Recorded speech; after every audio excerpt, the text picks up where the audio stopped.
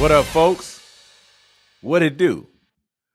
Welcome to another episode of the Best Advice Ever podcast with your boy. Yeah, right on. Mike Goodwin. We start every episode typically the same way. And since I'm back at it hard and heavy, that's how we're going to start. On the road again, man. Back on the road. It's a new year. New year, new jokes. Working on it. Working on some new material. And it's very interesting. I'll share this with you. When you're creating jokes, I'm in this weird spot because I'm talking about things on stage that I'm currently living through. So I'm not all the way certain about what I want to talk about, how I want to talk about it, and where all the jokes are in it.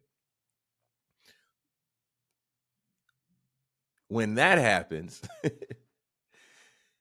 you can ride around in a cul-de-sac in your communication and your speaking. I think that happened to me. Well, I don't think it happened. This weekend was a great example of that. So I was on the road in Tampa, Florida, man.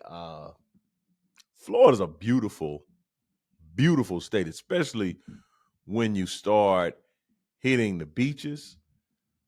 So I was in Tampa, but we stayed in Clearwater, which is about 40 minutes from where I was performing. So I flew into Tampa, had to go to Clearwater. That's where the room got set up. Came back into Tampa. It's the Tampa Funny Bone used to be the Tampa Improv.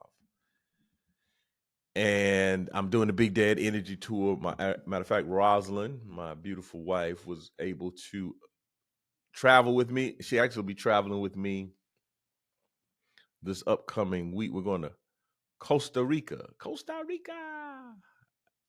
we're going to Costa Rica, and she will be able to travel also. But this weekend we were in Tampa at the Improv. Shout out to everyone that came out to the Big Dad Energy Tour. And the last date that I did was in Raleigh. That was November the 3rd. And November the 11th date was the Columbia date. Well, the Columbia show and the Tampa show are very different. There's a big difference because where I was as it related to my dad on November the 11th, we just buried him. I spoke at the funeral. Was in a place of reflection, a place of peace. Fast forward a couple of months, I'm in January, where now I'm in the midst of conducting the affairs for my father that he didn't conduct when he was here. And I'm frustrated, and I'm aggravated, and I'm angry, and I'm not in a place of peace, and I'm not in a place of I'm thinking about my dad and the impact that he had in my life. I'm looking now like, dude, this is trash, man. This is garbage, right? Just the, and it's layered because on one hand there is a level of honor to be able to do things for my dad. So I think that had he been alive and was orchestrating this, I think I would have a different posture if he was like, hey, look, man, I got some loose ends I need to tie up, but I'm not able to do that. Can you do that for me? That would be a different experience than he passes away and then all of these things are left to have to be taken care of, right? So that there's that discomfort of, man, I'm fulfilling my father's affairs without any of his input. I don't know what his wishes were. And I'm also frustrated at just the process of it. Number one, businesses aren't prepared to deal with people with a sense of empathy and compassion in matters of loss and death. Like outside of the funeral home and hospice, there's been very little human decency that I've encountered in this experience. It just has not been. It's been very discouraging. And it's like, yeah, man, I understand people got works and jobs to do. And if they were emotionally swayed with every individual they encountered,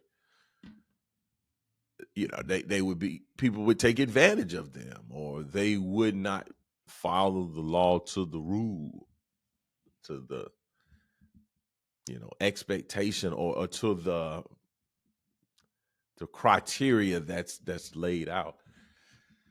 But it's a madhouse. It's wildness. It's absolutely, and it's very angering. It's very. I'm very frustrated because I'm like, bro, this is not my job to do. You should have did this before you rolled up out of here, right? And it's and so yeah, you kind of grapple. I'm grappling. I'm grappling with that. I got to go and open a bank account. Well, I had this very, very frustrated interaction with someone from the IRS. So if you're not aware, when a parent, I guess anybody dies, but I'm talking specifically about my experience or my situation. My dad died. There's no will. There's no information on kind of his wishes. So you have to open an estate. And for you to open an estate, you need a EIN number, employee identification number, I think EIN. Now, I've applied for an EIN number when I started MTG comedy. And that's been years ago. Well, when I go and meet with the probate person, they say you got to open it. You got to go receive you got to submit, because you got to fill out an application for EIN. And that will allow you to open a bank account, because I need to open a bank account in order to put the funds in to pay bills and to take care of business. Well, when I was at the probate office, they made it, and I had to go and get his money from the bank. And I don't know if I misunderstood. I don't know. There's just a lack of clarity in the whole process. But I left the woman's office under the impression that I needed an EIN number to get the remaining money from the account that my dad had. That was not the case. Had I known that, I would have waited until I returned home to fill out the information for the EIN number, because this is what happened. I left the woman's office and I went to the Kershaw County Library, the public library. And I was basically told to, go and get an EIN number, and you have to do it under his estate. And I did that. So when I went to the library, the folks at the library this particular day was like, hey, the printers aren't working. You can't print anything. But I didn't realize that I needed to print the EIN letter. I didn't know the significance of the physical letter. So I was just under the impression that if I just submitted the application, I got the number, I can get access to the letter later. So I apply. And this may have been like December the 11th when I applied. I applied at the Kershaw County Public Library. And you got the death certificate. So all the information typically that you need, social security numbers, date of birth, date of deceased, all the stuff is typically on the death certificate. So here I am. I'm in the public library. I got my little timer. You know, they give you a little code. They got my timer. So I fill out the application, submitted it, and they're basically like, would you want a PDF copy of the letter, or do you want us to mail the letter? Like, can we do both? Is that difficult? Can I put my email in here and you email a copy of the letter? Like, it was just very cut and dry. I'm gonna give you the letter now. You can print it, but once you click out, the letter is gone, never to be accessed again. Well, you can access it again, but there's some other things you have to do. Well, I definitely didn't want them to mail the letter, and I thought the EIN number was something that was pressing, so I opted to do the PDF. I wrote the number down, so I have the number, and then when I didn't think at that time to maybe save it to the Camden's, to the computer's desktop, and then put that form inside of an email. I just wasn't there. I didn't know the significance of the actual letter. I thought the number was the most important thing. If you had a number, you're good. It's similar to your social security number. I never have my card. I can't tell you the last time I've had my social security card. When I give you my social security number, folks are fine.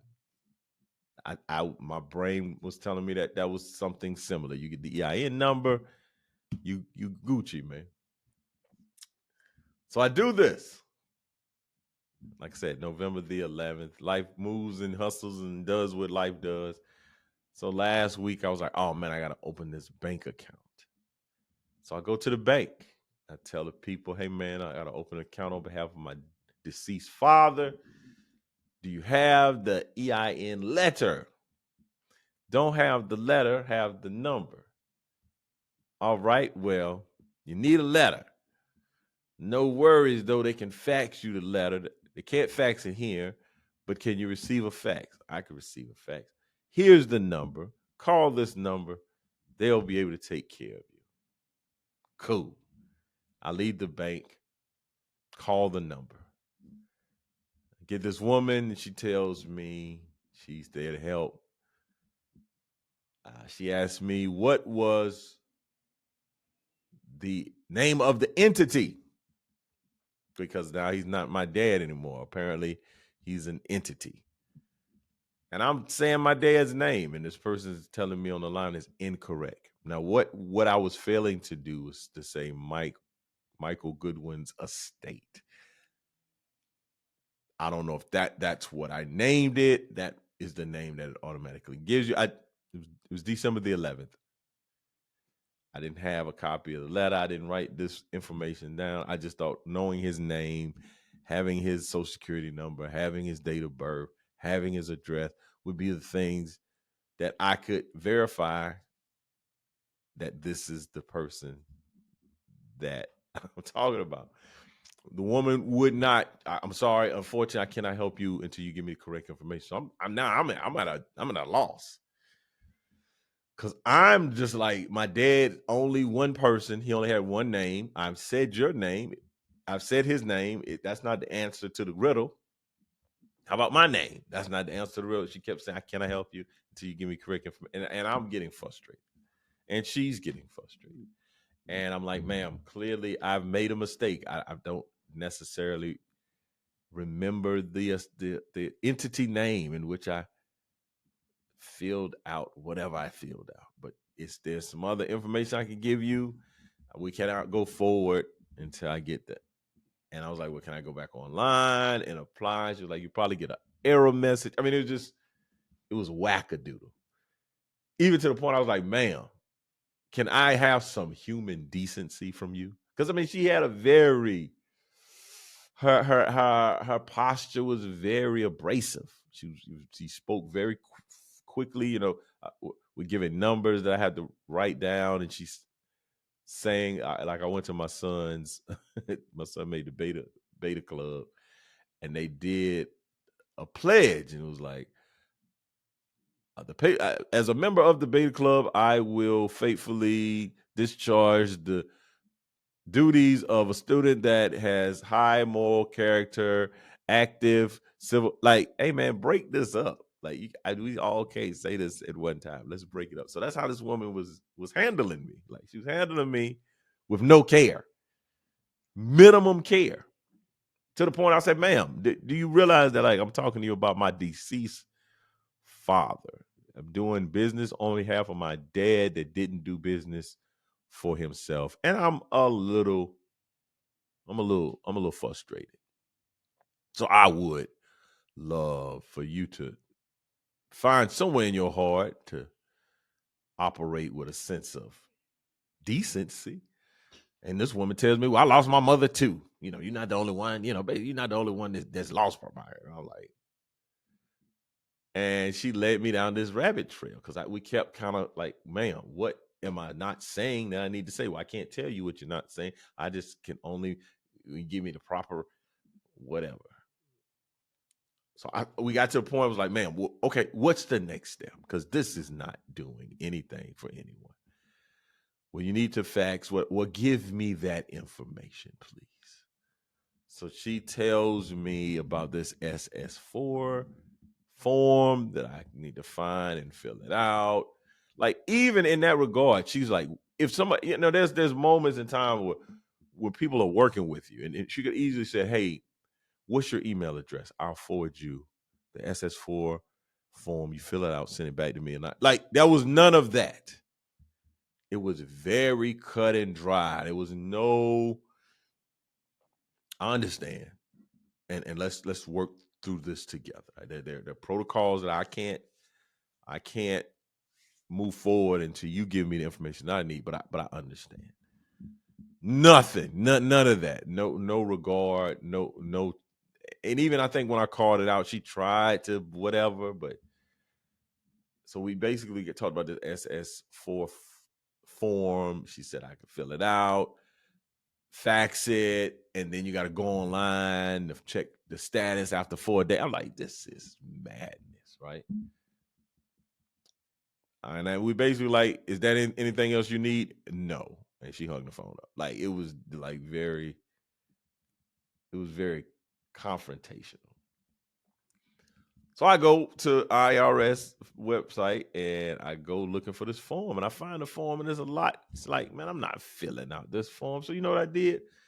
I called the number again. Now, I did try to go back and resubmit an application, and then that's where I saw the entity name, Michael Goodwin Estates. And I don't think I put that in. I think I put his name in, and then when you go to the next page, I think it listed it as Michael Goodwin Estates. So I was like, "Oh, okay, that's the name of the entity." I call back, get another person super helpful. Matter of fact, when the person called, they asked me for my name. Like, this other woman didn't ask my name. She went right to the name of the entity. She asked for my name. She asked for the name of the entity. I gave her the name of the entity. She asked me some things about a fiscal year I was like, "Yo, you're talking about my dead dad, right? He has no fiscal year, but there is about, I think I chose September, October, because the probate process is 8 months, and then I might have added a couple of months onto it.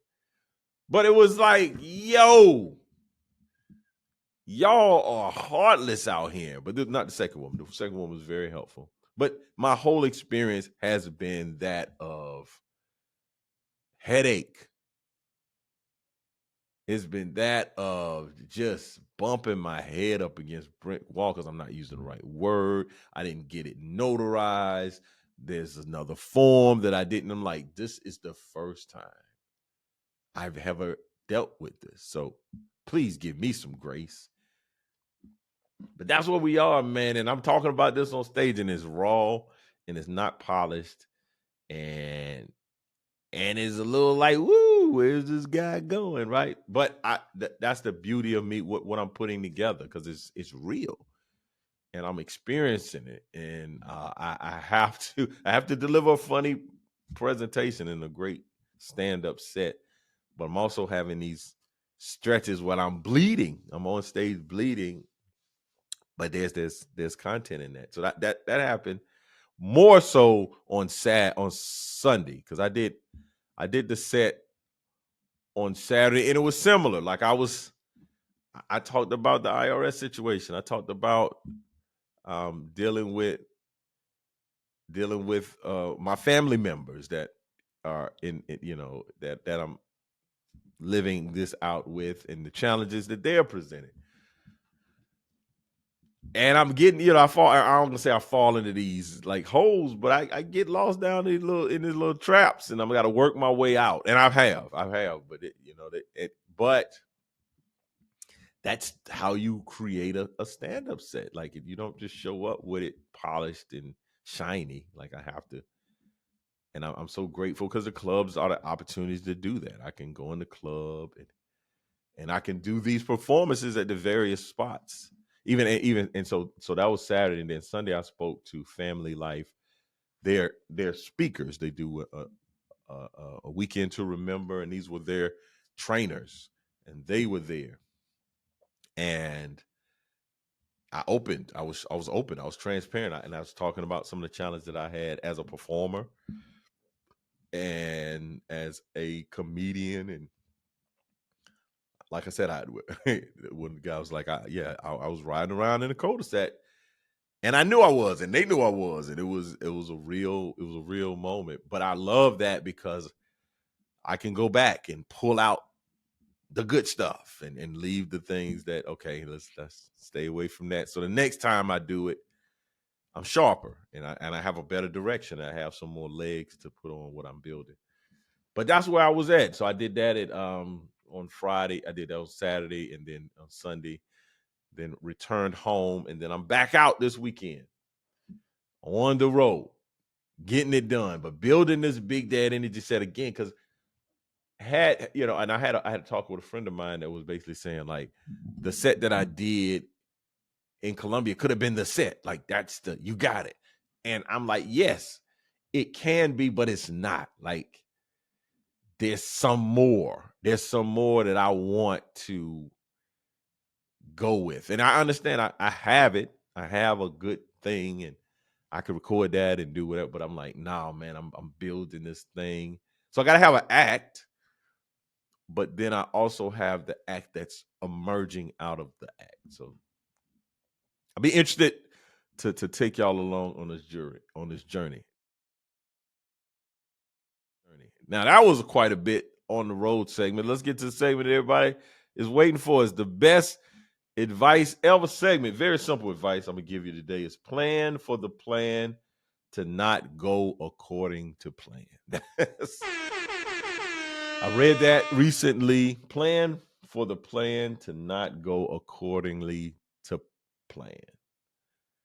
I don't know if you're like me, but when I set a plan together, I'm setting a plan together. Like, if I'm saying, okay, I'm going to downtown to get a haircut. I'm not thinking about maybe somebody's in a car accident that I'll be stopped at every red light. Now I'm thinking about what's the minimum amount of time that it could take me to get in my car and get downtown without any obstacles, without any hindrances, without any type of delays. And that's not how life works, man. You got to plan for the plan to not go according to plan. You got to have some margin. You got to have some patience. And as you venture into 2024, I encourage you to plan accordingly. Matter of fact, at the event this weekend, the conference that I attended, there's a couple that I know, and there was a gentleman. I was talking about some things that we can do together in this date night space. And I told him, I said, hey man, let's just plan a thing. Let's do a workshop, plan it and do it. Ready, fire, aim, right? Because when you start talking to people, you start talking about all of it. You start talking about the workbook. You start talking about the book. You start talking about the training guide. You start talking about the logo. and the LLC and the S corp, and it was like, bro, we don't need to talk about all that. Let's do it. Let's put together a bare bones example of what we're thinking about. Let's execute it, and then let's evaluate: is this something worth spending time on? Plan for the plan to not go according to plan. How I have been doing social media, especially content, for the last 7-8 years. I didn't plan for the plan not to go according to plan. The word of the day is a albatross around my neck. Like, I spent so much time, so much effort. I invested so much of my creativity into trying to make the word of the day work, and it just didn't work. Now, did people enjoy it? Were there some, days that people like, oh man, was there a contingency of folks like, oh man, I like the word of the day? But in terms of what I wanted it to do, the return on the investment, if it was someone I drafted, if word of the day was a quarterback that I drafted, it flopped. It was a bust. It didn't give me what I intended it for it to do. And I invested a lot in it. That's why I'm like, wow, I understand how you make these high draft picks. And it's not easy to go away from them. Like, I've invested, and I'm trying to make it work. And I have all this footage, but it just didn't work. And I wish I would have been more open and been more nimble around the word of the day. But I doubled down, right? And I got burnt out, and I got frustrated, and then there's a little bit about me that I wasn't a big fan of doing social media content, but I have all these L's, all this time and effort I put into the word of the day but I didn't plan for the plan to not go according to plan. I could have easily pivoted. I could have easily recognized the tea leaves and the data, the views. Like, bro, it's not, this ain't the way. Let's try some other things, right? So I hope that you garner some type of insight from the best advice ever today is plan for the plan to not go accordingly to plan. Well, all right. Thank y'all so much. I spent the bulk of the day talking about on the road, man. But to talk about this process in which I'm experiencing as it relates to my father on the other side. Like, and if you are close to me and we've had conversations, I always thought that the death would be the easy part, like him passing and having to do the funeral. I knew 100%. I said that the whole time, and that's gonna be the easy part. I'm in the swamp now. Like, I'm in the soup, and it's hot, and I'm trying my best to make moves that allow me to not be overwhelmed and allow me to have a great perspective while even handling this business. And that's where I am, and I want to communicate that. But I also think I'm not the only person. Like, this stuff is resonating. Like, I'm talking about my dad, I'm talking about the feeding tube, I'm talking about the EIN number, and like other people, like, yeah, folks are not equipped to deal with death in professional sense. When I went to set up the account, the lady was fine, and she, told me about I needed a physical letter and faxing, and she was very helpful. She found the number. But when we talked about the account, she was talking like, I'm opening an account for my son, like, so we can do the $5 a month, and we can do the 15. Have $100 in the account, and then there's no charge. Like, hey man, this account's gonna be open long enough for the money that needs to get bills paid to be paid, and then for the other money to go to whatever's left is gonna go to us. And we go. This is not an account for the ages. This is not an account that I'm going to be in here having some discussions about what's the next step with this account. This account was dead on arrival. I don't know if that was the best choice of words, but yeah. Well, thank y'all so much for tuning in, man. It's been another episode. And I'm in it. And I'm interested to see how I navigate through it. But I know God's faithful. I have a wonderful support staff and support system around me, and great friends and family. So, hey, I do think it's opening me to a perspective that I never really considered as it relates to dealing with loss and grief. Well, dang, that's a rough way to end. But that's real. That's real, man. I know not a lot of keying, but what you're not gonna do is not tune in next time for the Best Advice Ever podcast. Thank y'all for listening, man. We'll do this again. Same bat channel, same bat time. You could have been anywhere in the world, but you're here with me, and I appreciate it. See you next time. Peace.